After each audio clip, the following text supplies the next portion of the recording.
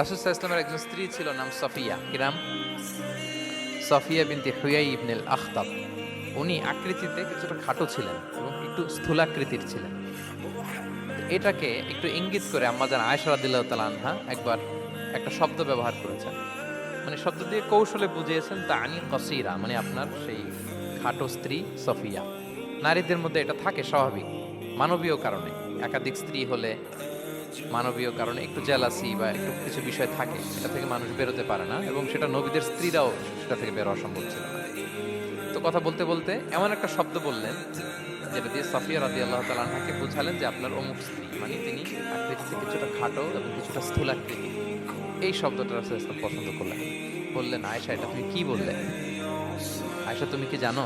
লাকুত কুলতি কালিমা, তুমি এমন একটা শব্দ বলেছো সফিয়ার ব্যাপারে, লাউ মুজিজাত বিমা ইল বাহরি লামাজহাজাতহু। এই শব্দটা যদি নীল সাগরে ছেড়ে দেয়া হয়, তাহলে এই শব্দের পঙ্কিলতার কারণে নীল সাগরের পানি মুহূর্তেই কালো হয়ে যাবে। আর এরকম শব্দ যেন আমি না শুনি। আম্মাজান আয়েশা রাদিয়াল্লাহু তাআলা আনহা সচেতন হয়ে গেলেন, আর কখনো এরকম বলেন।